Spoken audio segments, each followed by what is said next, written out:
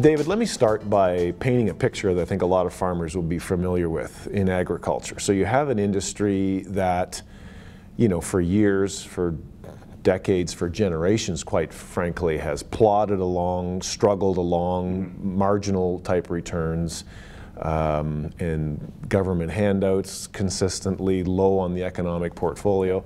And then in 2005, you describe that for the 6 years after that as the 6 years that changed the future of agriculture. So give me an idea of what those factors were and why all of a sudden in 2005 did it change everything? What was happening was global markets were picking up. We were seeing economic growth in Asia just starting to really take off. And at the same time, we were getting into biofuels, which was really, we got into them because we were trying to soak up some of the extra supply. Sure. So all of those things sort of came together at the same time, and you saw a shift. You saw prices of grains just starting to ease up. You saw the world recognizing that Canada had grains, minerals, oil, and that started to drive up the Canadian dollar. And so we just saw this gradual shift, and then all of a sudden, the world really recognized that actually there had been a major change. There was a lot more demand for grain, and grain prices started to rise. So farmers looking at this 6-year period of time you've talked about that has changed agriculture, there's that conversation, that coffee shop talk that, is this a new normal that we have reached? Is it a bubble that's going to burst? Tell me about the factors that changed, yeah, and are they sustainable type factors? And some of the factors that changed really didn't change, it's just people started to recognize them. The first one was this whole realization that the world population was growing really rapidly and was going to hit 9 billion people at the middle of the century. Obviously that hadn't changed, yeah, but all of a sudden people started to think, oh, that's going to have significant impacts on how much food we actually need. At the same time, you saw economic growth contributing to higher incomes in places like China, India, Malaysia, Indonesia. And when people start to make more money, they change their eating habits, eating more protein and more prepared foods. And so all of a sudden they started to buy a lot more, and then people put those two things together and said, you know what, we're going to need anywhere from 70 to 100% more food than we have now by the middle of the century. Where are we going to get that?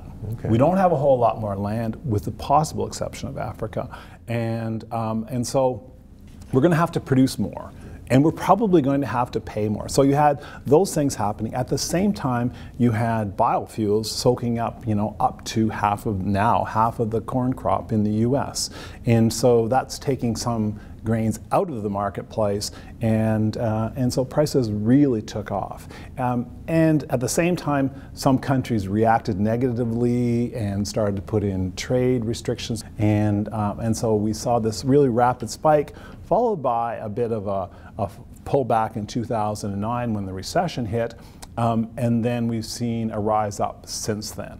I think we're going to see a continued rise. We're going to see more volatility than we've seen in the past, and that's certainly been evident since sort of 2007, and that's going to continue.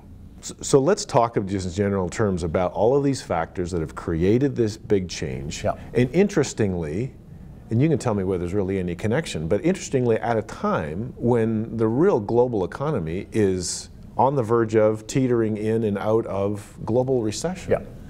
Are they connected somehow, or is that just a coincidence that ag is doing so well at it, or? What it is that ag and food are somewhat independent of global forces because people need to eat.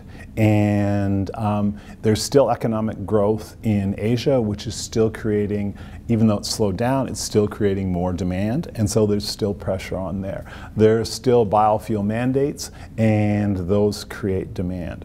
And so that's one of the really interesting things about what's happening right now, is that people are recognizing, geez, there's a sector that, first of all, seems to be somewhat sheltered. from a lot of the global economic forces. Yeah. And that's very attractive to investors. Okay. So you're seeing way more interest there. It's also very attractive to governments who really are looking for where are some stable businesses that we can support. And if you do agriculture right and support food processing to some extent, you get a lot of jobs in both. You get a lot of economic activity. And so it's a very nice place to be, because on top of that, we're seeing much more interest in the sector from an environmental perspective, not on the bad side, but as an opportunity to combat global warming. We're seeing much more interest on the health side as well. And so all of these things just make it unbelievably exciting to be in the whole food space right now, in agriculture. At some point, the global economy pulls out of a recession, whether it takes 5 years, 10 years, however long.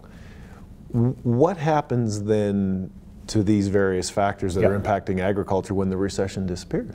What happens is, first of all, probably more economic activity, because that'll mean more money going to people's pockets, especially in developing countries, and so that will mean more demand for food and more demand for protein.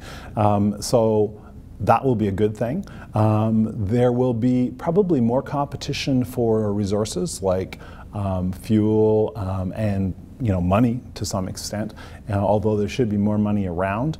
So overall, I think it's going to be a really good thing for agriculture and food. Usually, you end up getting a little more value for your product when things are better as well. But I just think right now, we're looking at a period of pretty prolonged prosperity for the sector.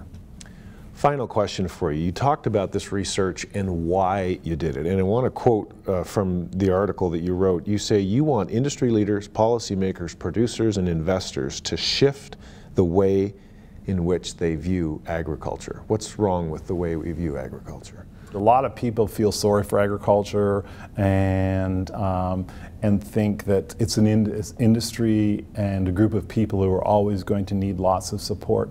The reality is that's not true. That's only true if you lump everything together all the time and you take the 10,000 farmers who sell almost half of Canadian production and lump them in with the 110,000 farmers who sell make most of their money off the farm.